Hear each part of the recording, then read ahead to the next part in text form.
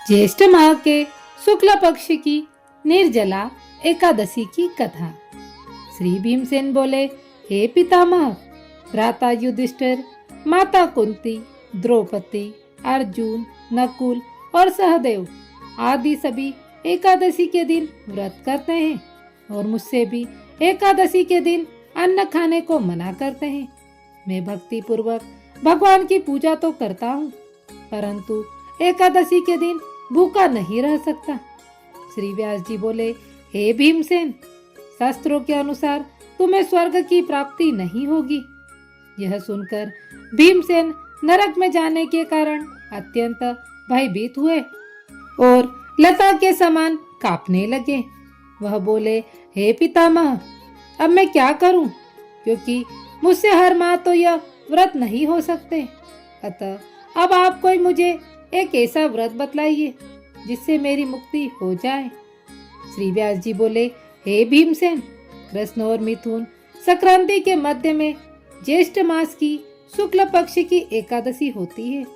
उसको निर्जला व्रत करना चाहिए। इस एकादशी के व्रत में स्नान और आचमन में 6 माह से जल से अधिक जल नहीं लेना चाहिए। इस आचमन से शरीर की शुद्धि हो जाती है। आचमन में 6 मासे से अधिक जल मद्यपान के समान है। इस दिन भोजन नहीं करना चाहिए, क्योंकि भोजन करने से व्रत नष्ट हो जाता है। यदि सूर्योदय से सूर्यास्त तक मनुष्य जलपान न करे तो उसे 12 एकादशी के फल की प्राप्ति होती है। द्वादशी के दिन सूर्योदय से पहले ही उठना चाहिए और स्नान करके यथा योग्य दान देना चाहिए। इसके पश्चात भूखे को भोजन करा के स्वयं भोजन करना चाहिए। इसका फल 1 वर्ष की संपूर्ण एकादशियों के फल के बराबर है।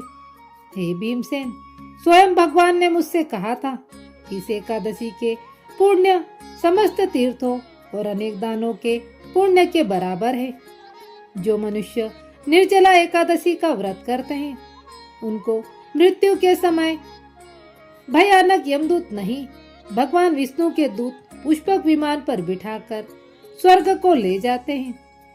अतः संसार में सबसे श्रेष्ठ निर्जला एकादशी का व्रत है। उस दिन ओम नमो भगवते वासुदेवाय मंत्र का उच्चारण करना चाहिए। गो का दान करना चाहिए।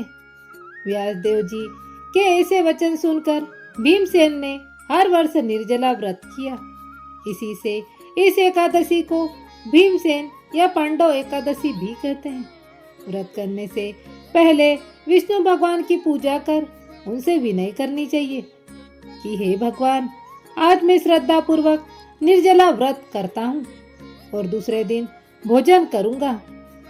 जो मनुष्य इस व्रत को पहर में स्नान, तप, गोदान आदि करके करते हैं, उनको स्वर्ग के दान का फल मिलता है। जो मनुष्य इस दिन यज्ञ होम आदि करते हैं, उसके फल का तो वर्णन भी नहीं मिल सकता।